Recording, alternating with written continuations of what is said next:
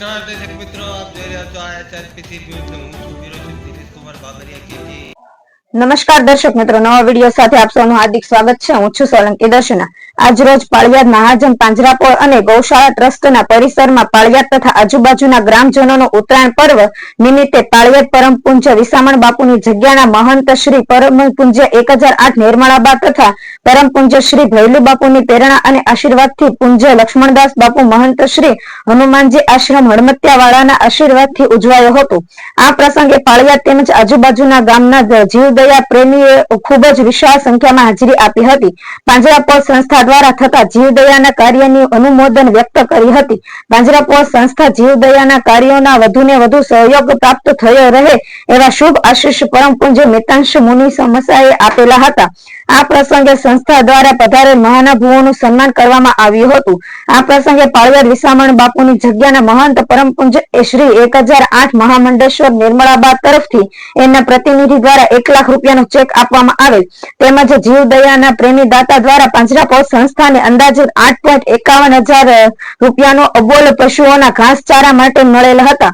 કાર્યક્રમના બાદ રમણીકભાઈ વેલશીભાઈ લાણિયા ગામ શેખલી હાલ બોટાદ તરફથી સમૂહ પ્રસાદ ભોજન આપવામાં આવેલ હતું। સમગ્ર સ્નેહ મિલન કાર્યને સફળ બનાવવા માટે સ્થાનિકવાસીઓ જૈન સંઘ શ્રી શ્વેતાંબર મૂર્તિ પૂજક જૈન સંઘમાં તથા પાળિયાદ તેમજ આજુબાજુના જીવદયા પ્રેમી કાર્યકરોનો ખૂબ જ સુંદર સહયોગ પ્રાપ્ત થયો હતો।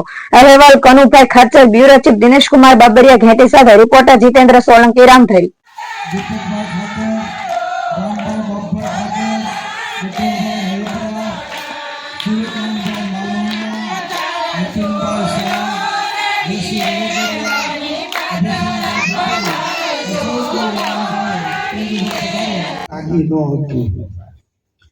પણ એક કવિએ એક સંતે બહુ સરસ વાત કરી છે કે ધન ખર્ચતા ખૂટી જશે, ધન ખર્ચતા ખૂટી જશે, એ તો મૂર્ખ મનનો વેમ છે।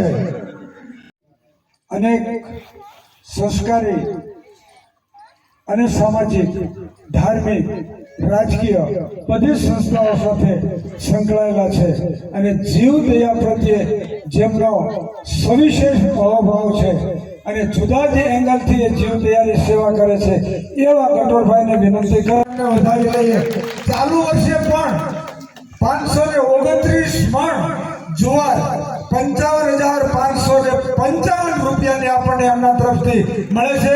ખૂબ ખૂબ આભાર, ધન્યવાદ।